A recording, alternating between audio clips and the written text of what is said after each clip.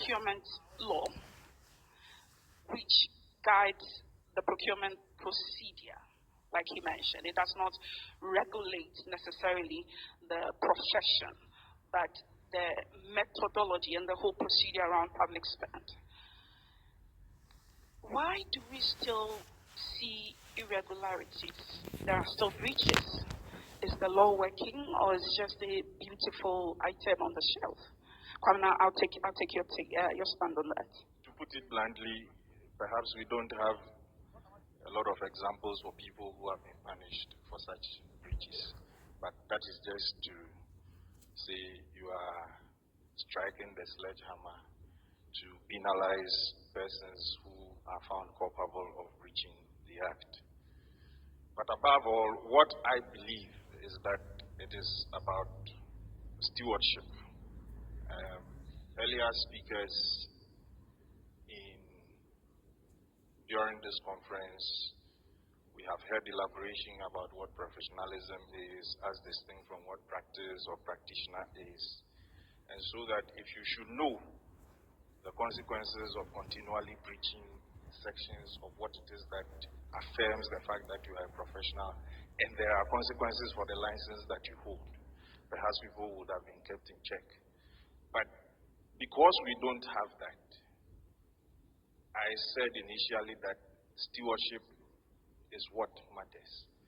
So if you take the underlying principles that we have in the law under Section 2, what we bring as professionals to play in the discharge of our duties is the stewardship.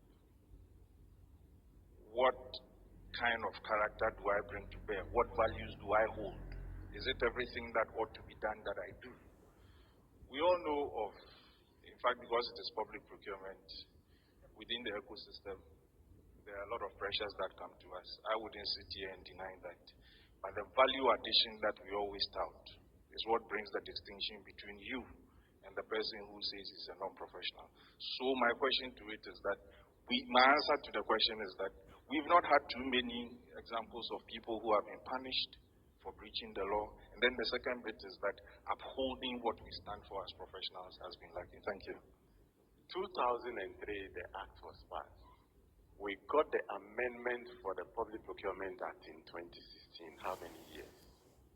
13 years. Then the Act got its own regulation in 2022. How many years?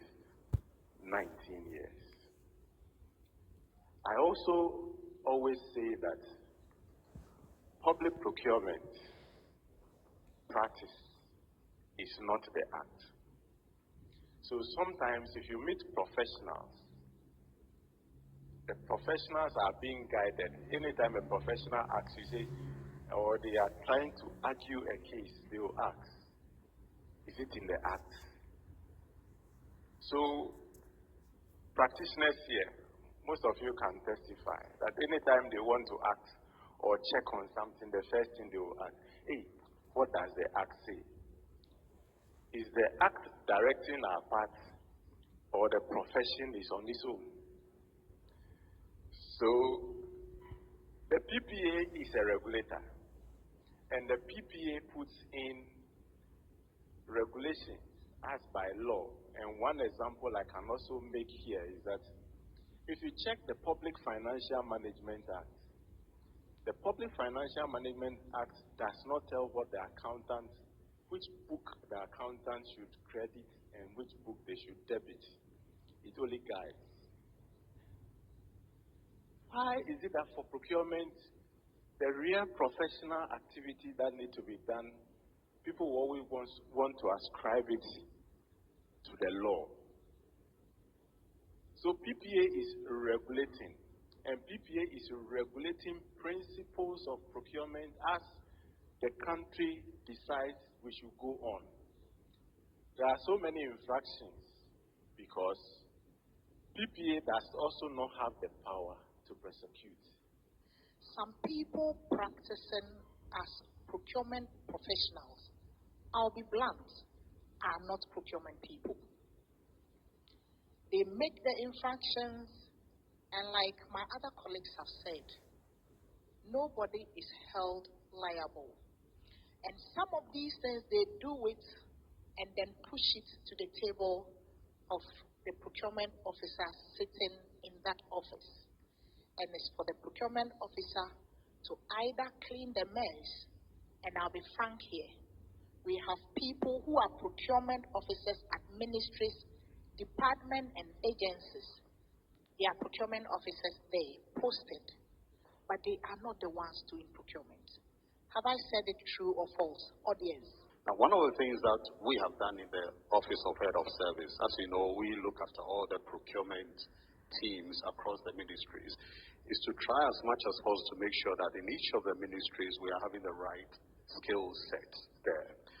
And we have been in touch with the Public Procurement Authority and trying to drive capacity building, which is something that was mentioned earlier on. Because if we don't have the right capacities in our various ministries, even if they call themselves professionals or practitioners, they will not be able to deliver. We need to get the right capabilities within each of our ministries to support, to drive value in everything that we do. Earlier on, we spoke a lot about innovation, transparency, and it's really key. Governance and transparency goes hand in hand. Governance, PPA, saying that we have the regulations, we have the act. These are guidance that keep us. One of the things our head of service says that if without the law, we are all criminals. The law actually guides us, and therefore it is there to be a guiding post in the way that we approach things. If you add ethics to that, then you'll be able to do better in what you are doing. But you're right in saying that how do we measure ethics? How do you identify a person that is capable of doing A or B? You can do as much as you can. And that's a discussion that I am having with PPA at the moment to see how best we can look again at our scheme of service, improve on it, and make sure that we have the right capabilities, apart from the professional qualifications, the right capabilities that can then be aligned within the procurement space. Most of the breaches are either coming from single source or coming from restricted tendering. Alright? Good. So if they are coming from there, it means that is where the sweetness of the sin is. Look, sin is beautiful. If sin was not beautiful, nobody would sin. But that is why you have a law. That is why when Adam and Eve sinned in the Garden of Eden, God sanctioned them. Because there's a law. It's the same thing. You have Acceptance 3. From 2012, you said if they do, you report them. 2025, you say it again. It means you yourself, you are sleeping on the job. And even, like I'm also saying, and I'm saying this with all due respect, because I've also once worked at PPE. So I wouldn't use my left hand to point towards a place that has fed me. But the truth is the truth, and the law is the law. Okay? Now let's look at this whole two exceptional methods of 41 and then and 2 and then 38. 41 up to 2 gives you preconditions for single source. The question is, how come we always see PPA writing in their approval that yes, this person you've met so and so and so in the precondition and therefore you've been granted single source approval?